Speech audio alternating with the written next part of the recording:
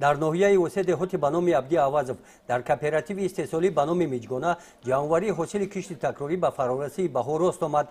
در چنین روزها اعضایان خواجگی از میدان 1 هکتار سبزی جمع‌آوری می‌نمایند. از روزهای آفتابی استفاده کرده جمع‌آوری حاصل متشکلانه به راه مانده شد. در این کاری موسمی همراه با اعضایان خواجگی ساکنان دهه گل‌آباد جلب کرده شدند. زمین از ثمرانک استفاده میبره. یکم حاصل پخته بدیم سبزی شده. دو حاصل همین میکنه خشابا میکنیم حقمون میتابو نه سبزی را میچینیم میسپریم هم خودمون میخریم هم فرمی مهنت کردی دارو پرو کرکات چخشرو کردی برکت داره چی نداره داره برکت خیلی همین حساب زندگی را پیش میبریم مهنت میکنیم میخریم. اعضایان کооپراتیو استحصالی میجگانا در یک وقت با جمع‌آوری حاصل سبزیجات بروقتی در تاکزار و باغات به کارهای موسمی مشغول بوده همین طور به کشت و کار بهاری آمادگیشان را به طور جدی به راه ماندند.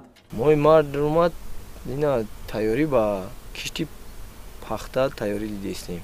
زمینات جفت تیرامای کداگی استودان تخمی با صفات گرفتاریم ای خدمون ای زمینای خدمون تخمی خدمون با میکنیم. در میدان 20 هکتار پخته تیاری دیدیم. در این دهات به استقبال نوروز در دیگر خواجگی‌های دهقانی کارهای صحرایی ادامه دارند. این باغ در مساحت زیاده از 9 هکتار در خواجگی دهقانی به نام بابای ظریف عبارت از 1000 درخت زردآلو، 200 درخت آلو و 300 درخت انار دوام 3 روز سفید کرده شده با گل و رسته‌های زیبا محیط طبیعت این موضع را زیبا و دیدنی گردانیده است. رهبریت خواجگی در برابر باغکاری همچنین در مساحت درازی 52 متر استفاده گرمخانه را به راه مانده اینجا نیالهای سیتروسی پرورش می‌یابند. طبق اطلاع رهبریت خواجگی از این باغ و گرمخانه این سال 10 تن محصولات‌های از لحاظ اکولوژی تازه استحصال گردیده صادرات کرده شدند. همین طور با استفاده از مصلحت‌های متخصصان ساحه کشاورزی جماعت دهاتی به نام عبدی عوضов با آغاز فصل بهار در همه خواجگی‌های دهقانی حدود دهات کارهای موسمی شروع گردیده کارهای ترغیباتی هم در سطح بلند برای مانده شده است.